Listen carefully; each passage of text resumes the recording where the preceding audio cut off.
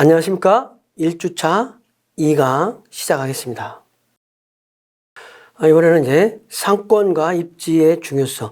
그러니까 상권 분석에 대해서 간략하게 어떤, 40분에 걸쳐서 여러분들에게 설명을 하겠습니다. 그러니까 상권과 입지 분석에 대해서 여러분들한테 이제 한 학기 동안 하는 것인데, 그거를 어떤 거를 배울 것인지, 이런 관점에서 어떤 중요한 핵심적인 용어 설명, 여러분들이 어떤 용어를 설명한다, 이런 관점에서 듣고 세세하게 구체적으로 여러분들이 이 내용은 이해하지 않아도 넘어갈 수 있도록, 왜냐하면 오리엔테이션이니까, 왜냐하면 그 용어를 깊게 설명을 해야 되는데 그러기에는 그 한정된 시간이 있으니까 이번 시간에 설명하는 어떤 부분은 좀 구체성이 좀 떨어지고 어떤 중요한 개념에 대한 부분을 여러분들에게 설명하는 거니까 좀 그렇게 몰라도 지나가는 걸로 그렇게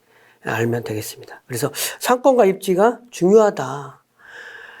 그 상권, 입지에 어떤 장사하는 데에서 장사하는 데에서 자리가 목이라고 그러죠. 우리가 장사, 목이 한 60%에서 70% 좌우한다. 이러다 보니까 상권 분석이라든지 입지 이런 것들이 중요하다고 얘기를 하는 거예요.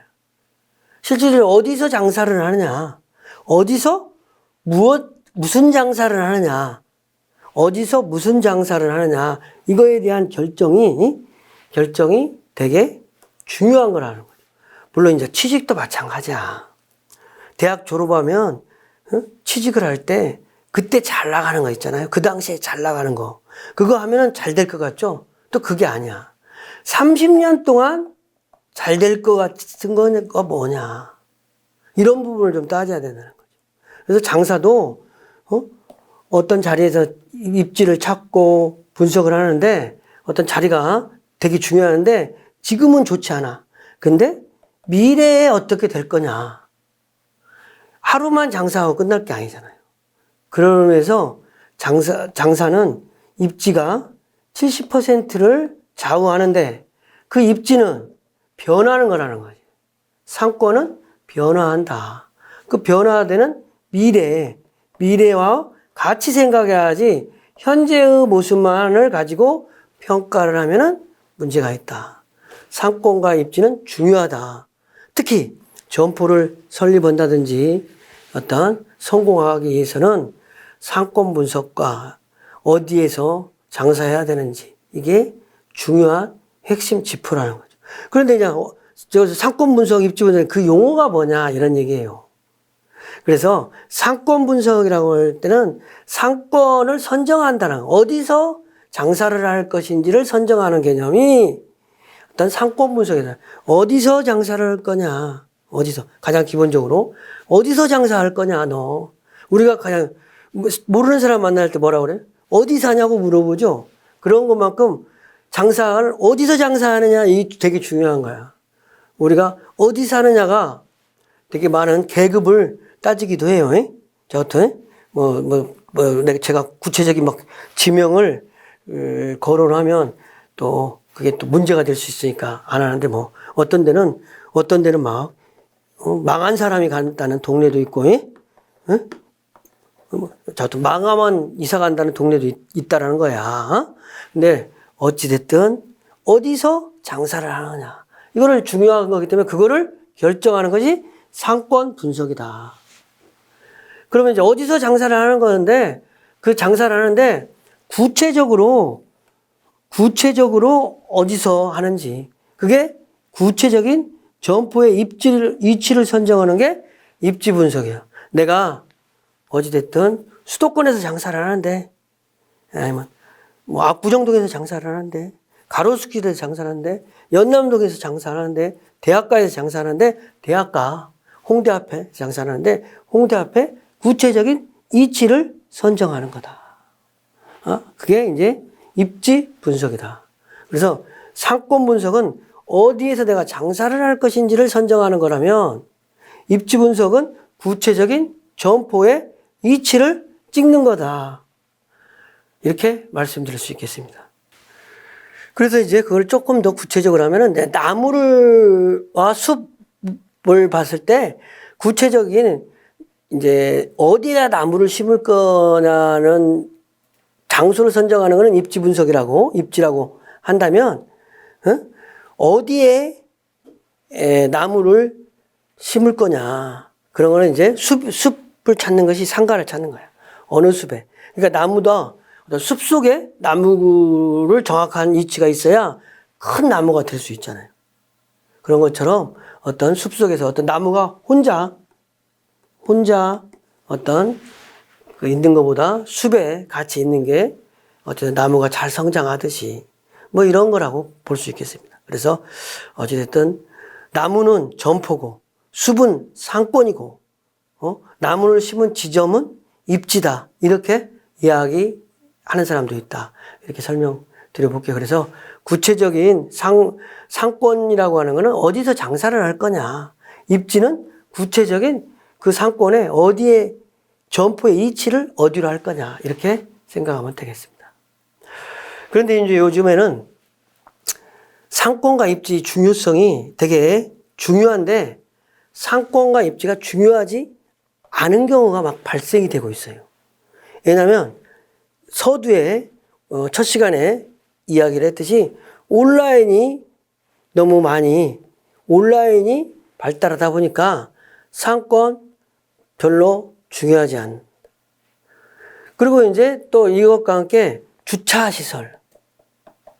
특히 음식점 같은 경우에는 주차시설만 완벽하게 되면은 어디냐? 그게 중요한 게 아니라 차량으로 접근 가능하냐. 이런 부분이 되게 중요하지. 그래서 온라인 쇼핑 때문에 그리고 요즘에는 비대면 배달 그 다음에 B2B 거래 이러한 것들이 이제 활성화되고 강조되고 이런 부분이 성장하니까 이제 오프라인으로는 점포들이 잘 안 되니까 상권을 선정하고 장사하는데 신중을 기해야 된다는 거죠. 앞으로 점점점 시대가 상권과 입지가 중요하지 않은 경우가 장기적인 트렌드로 가고 있다. 그래서 요즘에 이제 상가 투자는 끝났다. 이렇게 말하는 사람도 있어요. 극단적으로. 그건 너무 극단의 개념이 되는 거고 어떤 그런 부분들이 이게 이제 온라인이 발달하고 배달 서비스, B2B 거래 이렇게 하다 보니까 상권이라든지 입지가 별로 중요하지 않아도 장사하는데 아무 지장이 없는 부분. 특히 코로나 때 같은 경우에는 어찌됐든 오프라인으로 막 하다가 온라인 해가지고 채널을 구축해서 대박난 그런 인기 아이템들이 많이 있잖아요. 뭐 그런 것들이 어찌됐든 어떤 트렌드하고 연결될 수 있다는 거죠. 그래서 상권 및 입지의 개념과 분류에 대해서 좀 설명을 드리겠습니다. 그래서 상권은 어디에서 장사할 거냐는 거를 말하는 거고 입지는 특정한 개별 점포를 말하는 것인데 이거는 좀 우리가 그래도 학문적으로 배우는 거니까 이거를 조금 더 구체적으로 한번 설명을 해볼게요. 상권이라고 할 때 이제 상세권과 상가권이라고 분류를 하고 입지라고 하는 개념은 개별 점포 중심이라고 그랬잖아요. 그래서 상권이라고 그럴 때는 어떤 특정한 장소를 말하는 건데 상세권이라고 할 때는 어떤 특정 점포가 세력을 미칠 수 있는 지역적 범위. 그래서 개별 점포 중심의 어떤 세력, 지역적인 범위. 상가권이라고 할 때는 여러 점포의 집단으로의 개념이다. 그래서 대학가 상권, 그 다음에 오피스 상권, 그 다음에 아파트 상권, 뭐 이렇게 말할 때는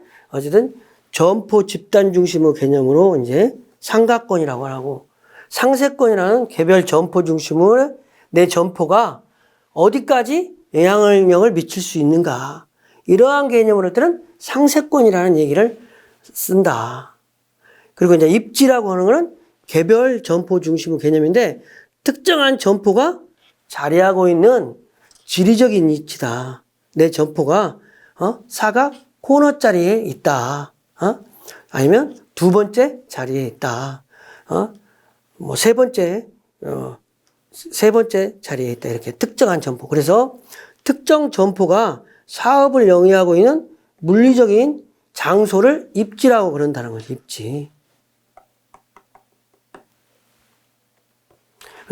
상세권과 이제 입지를 좀 구분해서 보면은 개념은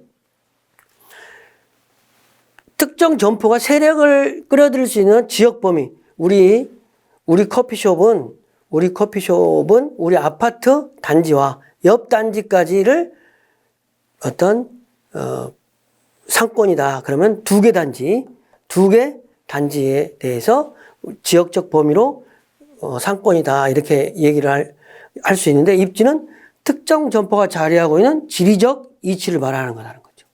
그래서 상세권을 말할 때는 배우지 인구가 얼마나인가, 우리 아파트 단지가 1000세대냐 2000세대냐 이런 거가 중요하다는 거죠.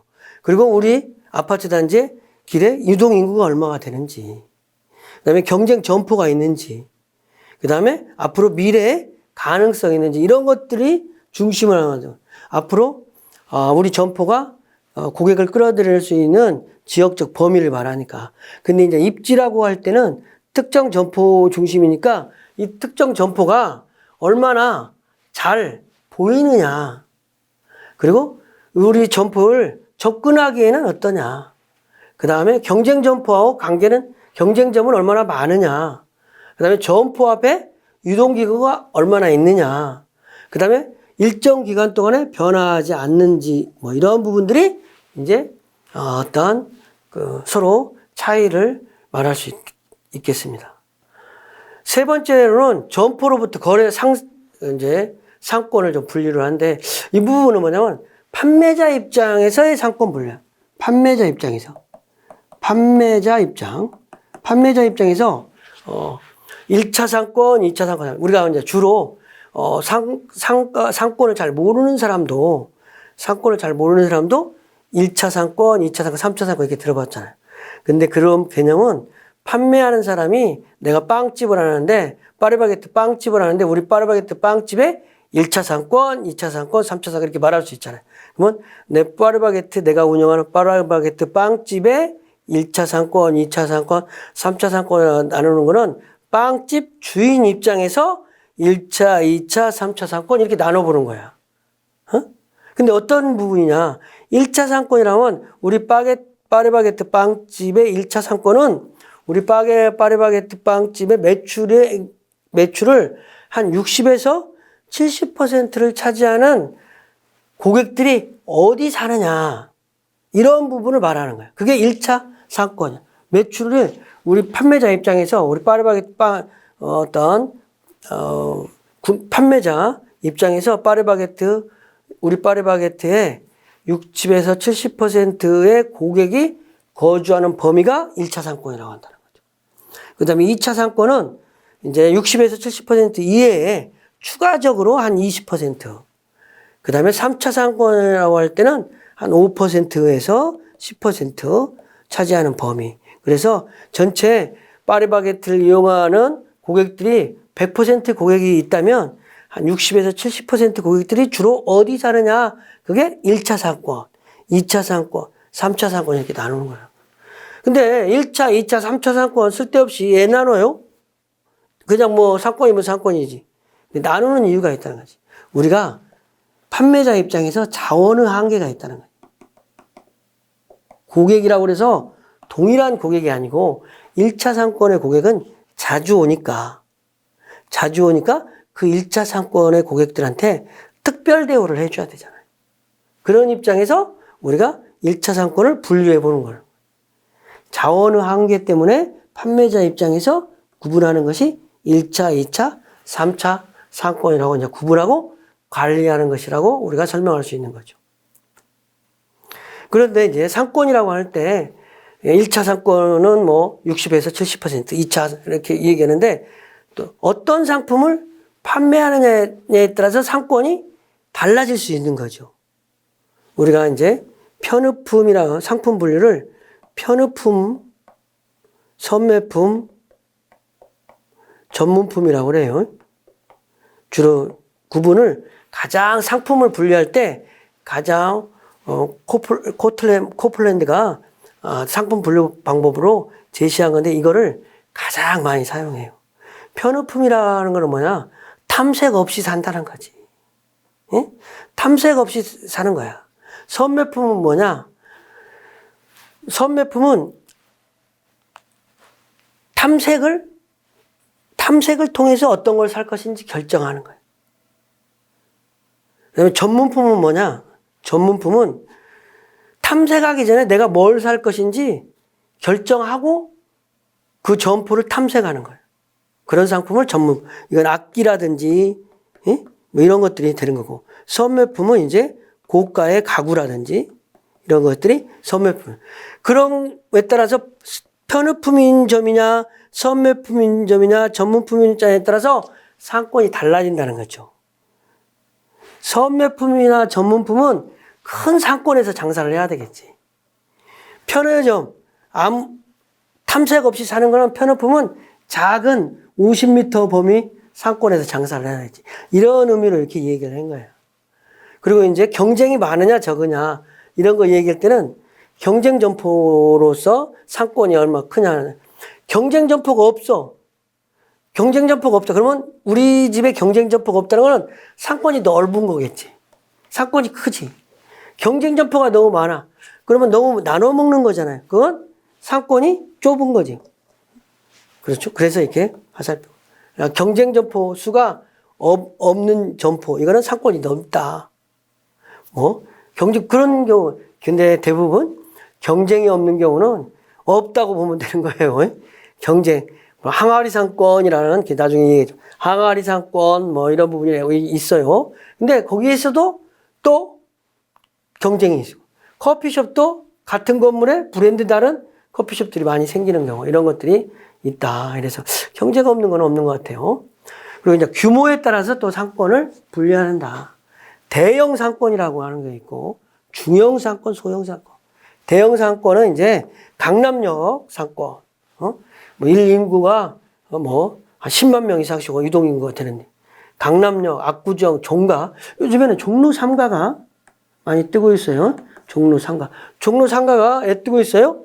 3호선, 1호선부터 시작했지. 1호선, 3호선, 5호선이 생기면서 135 선이 이제 겹치는 노선이 되니까.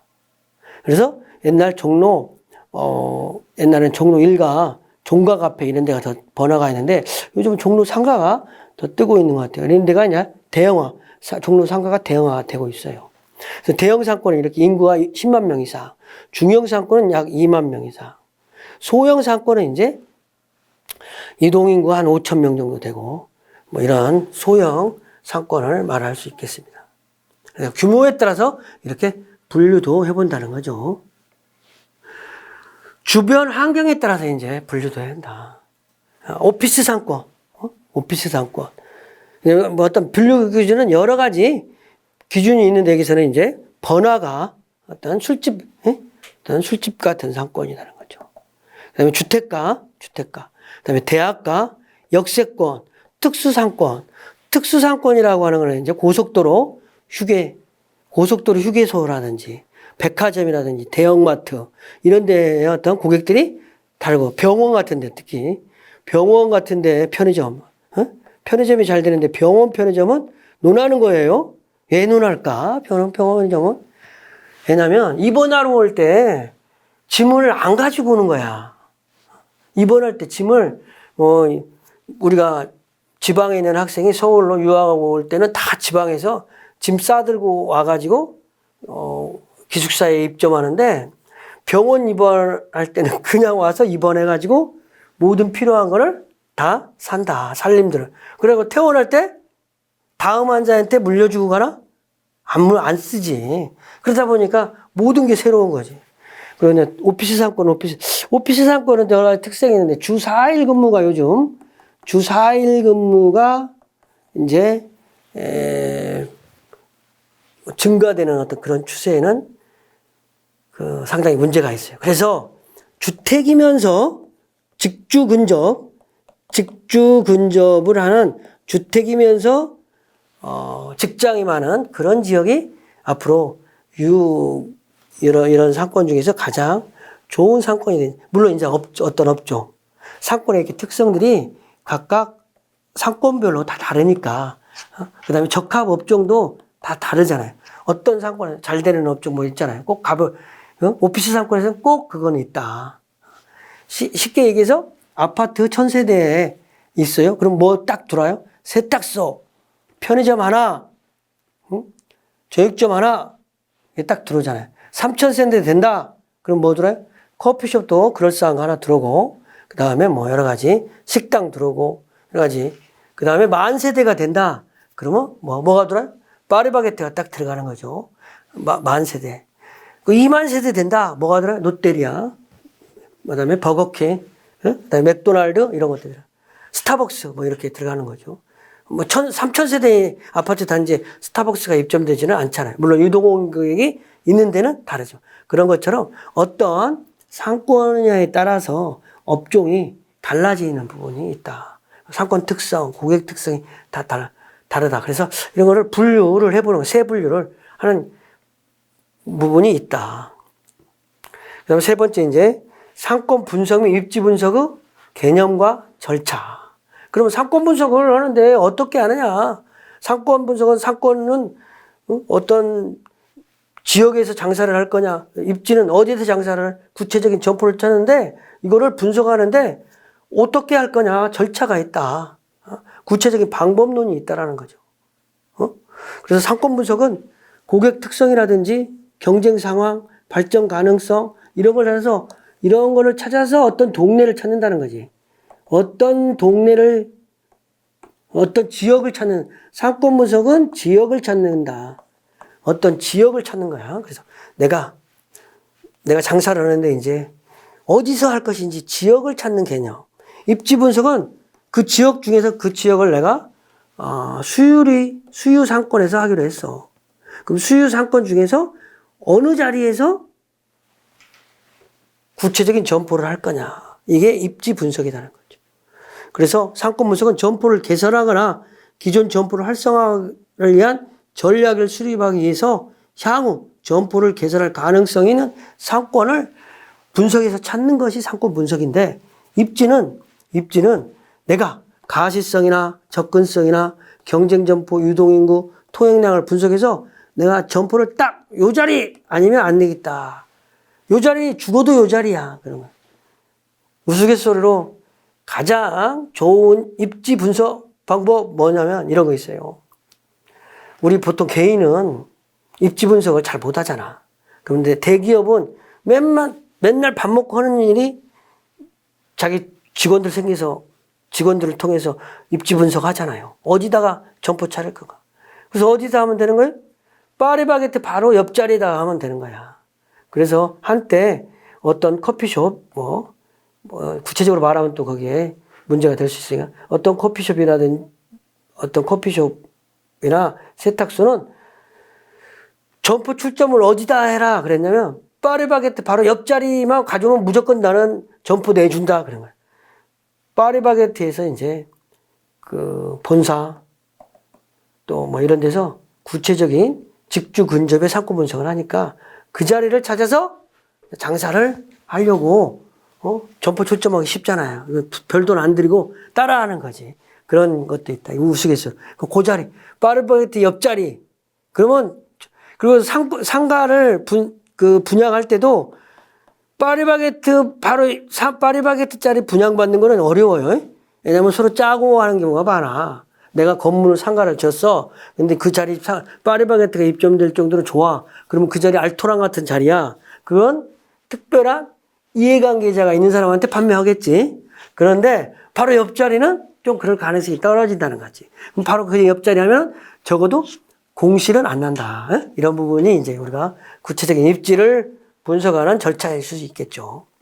그래서 입지 분석은 어디 후보지? 내가 우리 집도 가까우니까 내가 이제 퇴직은 했어요.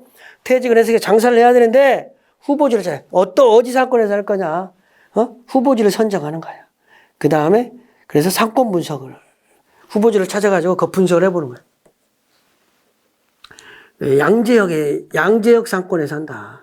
양재역을 분석하는 거지. 그래가지고 양재역 중에서 이제 부동산이라든지 여러 가지 탐문 해서 공실이 어디가 있는지, 그 다음에 권리금 주고 나와 있는 점포는 어디가 있는지, 이런 것들 조사를 리서치를 하는 거지. 그래가지고 정확한 입지를 선정해서, 그 다음에 분석을 해보는 거예요. 그래가지고 입지가 선정되면 그 점포를 오픈하기 위해서 어떻게 점포를 활성화할 것인지 전략을 수립해서 이제 출점을 하는 것이죠. 상권 분석, 입지 분석에 그러면 방법론, 그러면 어떻게 활성화할 것인지 찾는 방법이 있을 거다, 이거죠. 그래서 첫 번째는 자료 분석을 하는 거야, 자료. 자료, 발품 팔고, 그래서 요즘은 발품이라는 게 있어요, 발품. 발품이라는 게 발로 뛰어다닌다는 거지. 두 번째, 자전거 타고 돌아다니는 거야. 그거 이상은 이제 하면 안 되는 거야.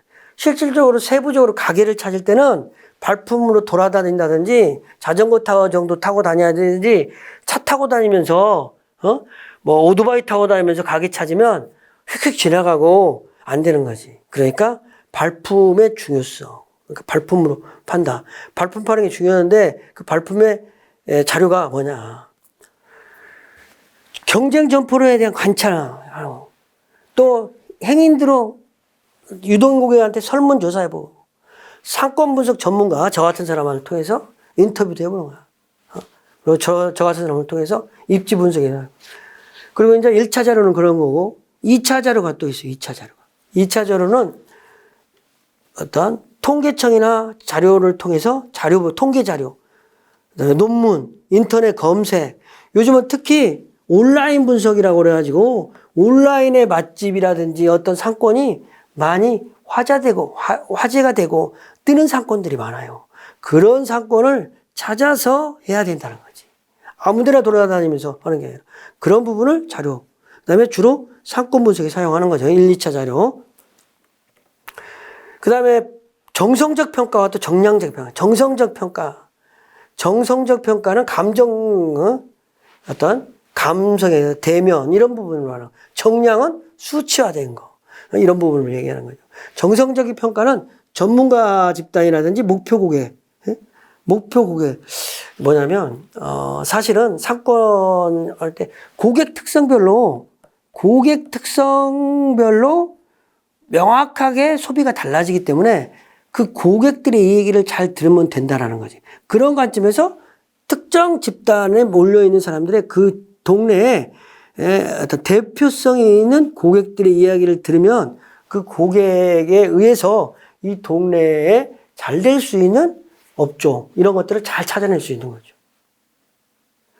우리가 대표성이라는 게 대표성. 근데 고객이 아무 고객이라 하면 안 되는 거지. 대표성이 있는 고객을 찾아야 되는 거지. 대표성. 강남구에 50대 남자 자가 아파트. 이 대표성이 있어요. 이 사람 뭐일 것 같아? 안 물어봐도 이 사람은 대표 상장기업 사장이거나 의사거나 아니면 적어도 연봉 2억 정도 되는 사람이 경우가 많아요. 이런 사람인데 또 여기 학력 안 물어봐도 대부분 많이 좋은 학교 스카이에 경영학과 나온 사람이 많고, 이런 것들을 대표 고객 찾으면 그거를 안 물어봐도 다 유추가 또 이게 되기도 하고 그런 거예요. 그러니까 그런 사람들한테 유추를 해서 어떤 장사를 할 건가 이렇게 물어본다는 거지. 심층 면접하고. 정량적 평가는 이제 그거가 아니고 어떤 수치에 의해서 체크리스트 가지고 통계 자료, 평가 모델을 활용해서 이제 자료를 분석한다는 거죠. 그래서 정성적 평가는 주로 쓰는 게 FGI, 포커스 그룹 집단. 그러니까 강남구의 50대의 자가 남성, 이 사람을 10명 찾아서 그 사람들이 어떤 생각을 갖는지 물어보고, 그 사람들이 가질 만한 가게를 어디다 오픈하는 것이 좋은 건지 뭐 이런 것들을 물어본다. 이런 개념이라고 보면 돼요. 정량적 체크리스트법은 내가 어디다 장사를 해야 될 건지를 체크를 하는 건데, 체크를 해보는 거예요. 나는 유동인구는 얼마 이상 했으면 좋겠다. 나는 1000세대 이상 거주인구가 한 1000세대 이상은 해야 된다. 교통시설은 역세권이어야 된다. 그 다음에 경쟁 정도, 집객시설, 향후 전망 이런 것들을 해서 점수화해서 이런 것들의 기준에 미달되는지 이런 거를 보고 찾는 거지. 그러니까 내가 점포를 찾는데 기준이 있을 수 있잖아요. 나는 점포를 내가 편의점을 하나 해야 되겠다. 편의점을 찾는데 나는 편의점을 찾는데 유동인구 몇 명 이상 할, 그 다음에 배우의 몇 세대 이상 이 두 가지 기준으로 점포만 나는 찾겠다. 물론 경쟁점은 주요 편의점에서는 경쟁점 분석은 다 알아서 해주니까 경쟁점이 있음이라든지 자가점포 같은 경우는 허락이 안 나잖아요. 그래서 그런 부분으로 체크리스트를 가지고 점포를 찾는 거가 이제 어떤 정량적 평가 방법이다. 근데 정량적 평가 방법은 통계 자료로 가지고, 응? 여러분 좀 통계 그러면 좀 어려운 것 같은데 이건 뭐 여러분이 직접 할 건 아니고 통계는 여러 가지 이제 시스템에 의해서 많이 나와 있는 자료가 있어요. 통계청이라든지 웹사이트, 특히 중소기업 벤처기업부에 가지고 소상공인 시장진흥공단에서 제공하는 상권 분석 시스템을 활용하면은 그 상권 분석 시스템에 들어가면은 어떤 그 지역이라든지 지역의 어떤 상권 분석을 아주 유동인구, 그다음에 뭐 어찌됐든 주요 품목, 그다음에 경쟁 이런 부분이 아주 자세하게 간단 분석과 상세 분석 두 가지 개념이 있는데 누르면 한 3분 안에 20페이지로 딱 보고서를 인출해줘요. 그러니까 우리나라가 상당히 좋은 나라야. 어떤 어디에 뭐가 있는지만 찾으면 바로 그런 거를 유료로 하는 게 아니라 무료로 20페이지 어떤 특정한 동네의 특정 지역의 상권 분석 리포트를 무료로 제공해 준다는 거지.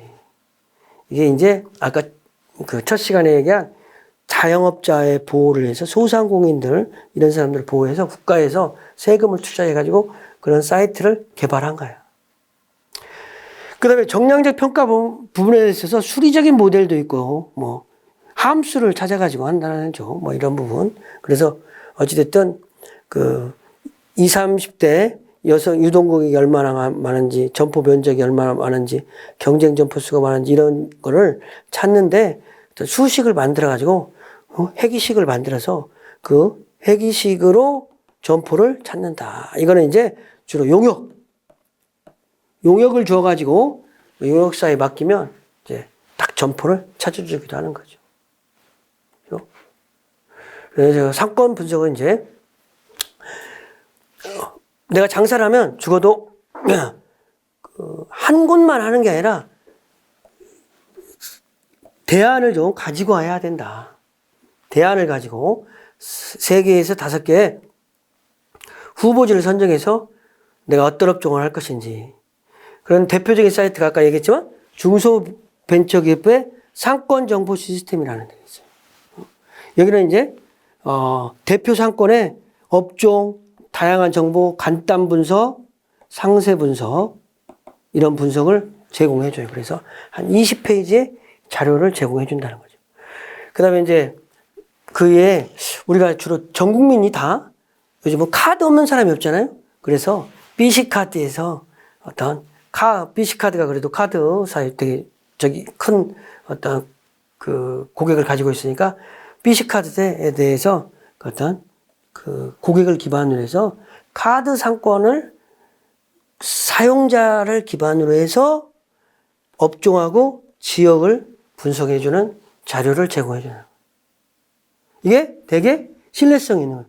실제로 구매한 그 소상공인 시장진흥공단은 거주 인구라든지 이런 부분이 더 돼 있다면 BC카드에서의 상권 분석은 실제로 구매한 실적을 기반으로 해서 그렇다고 해서 개인정보가 있으니까 구체적으로 누가 샀는지는 아니고 XXX 30대 남자 여자 뭐 이런 이렇게 무기명으로 정보를 제공해 준다는 거죠.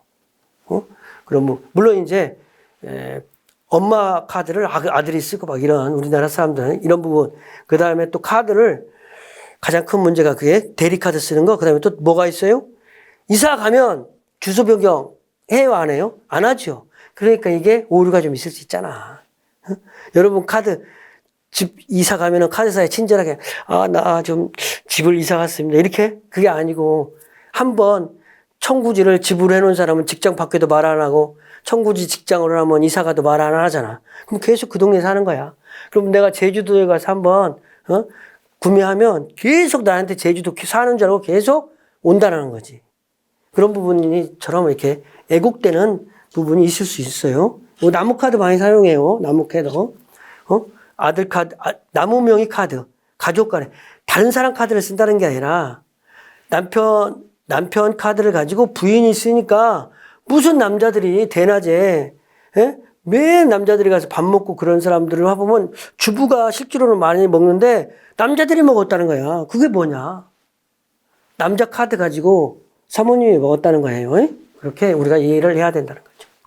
그 다음에 이제 또 카드 못지않게 SK텔레콤이 핸드폰 자료를 가지고 어떤 상권 분석을 많이 해줄 수 있다는 거죠. 이런 부분. 그 다음에 나이스 비즈맵. 이런 부분, 상권 분석이 여러 개, 상권 분석 전문 사이트라고 생각하면 돼요. 이런 부분이 있다. 그 다음에 중소벤처기업부에서 어떤 관심사건, 업종 이런 것들을 입력하면 여기서 분석을 해주기도 하고.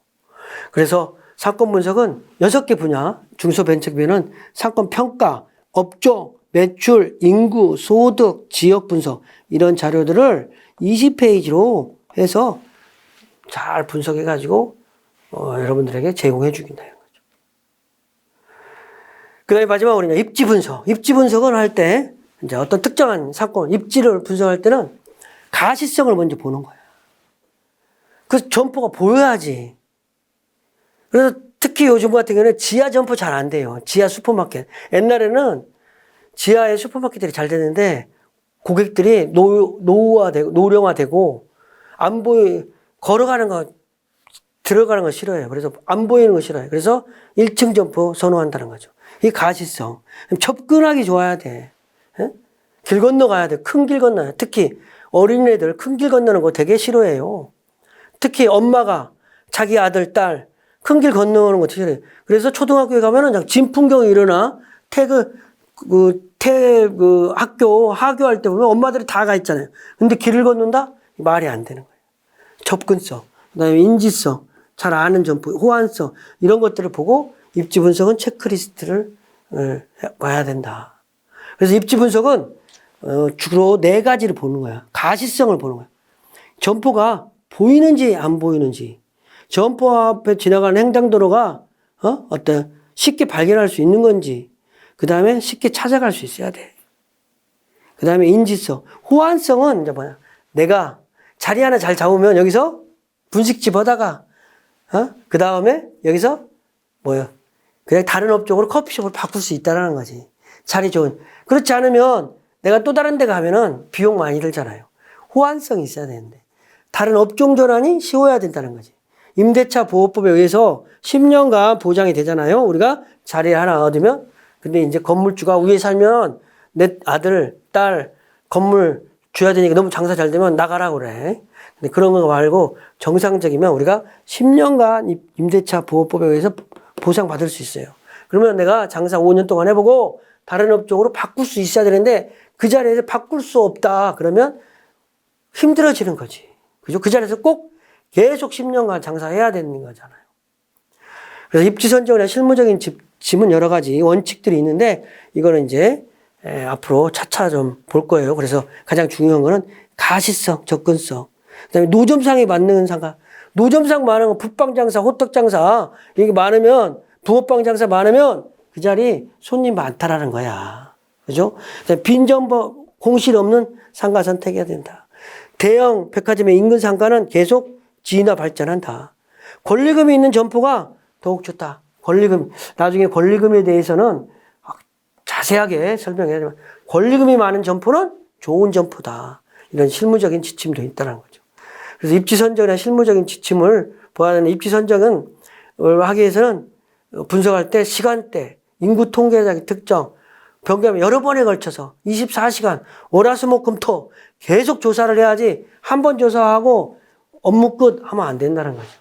입지 분석을 할 때는 월요일부터 일요일까지 24시간 알바를 통해서 내 있는 자리가 낮에는 한산한데 새벽 시간에 물류센터 옆에 화물차가 엄청 다녀. 그러면 편의점하기 되게 괜찮은 장소일 수 있어요. 그런 부분을 우리가 24시간 월화수목금토일을 조사해보지 않으면 모르고 지나갈 수 있다. 이렇게 설명드릴 수 있는 거죠. 그 다음에 경쟁점포 분석을 또 해봐야 돼요. 경쟁점이 있는지. 이런 부분까지 말씀드리고 다음 시간에는 이제 유통, 점포 문제 해결에 대해서 학습하도록 하겠습니다. 강의를 마치겠습니다. 수고하셨습니다.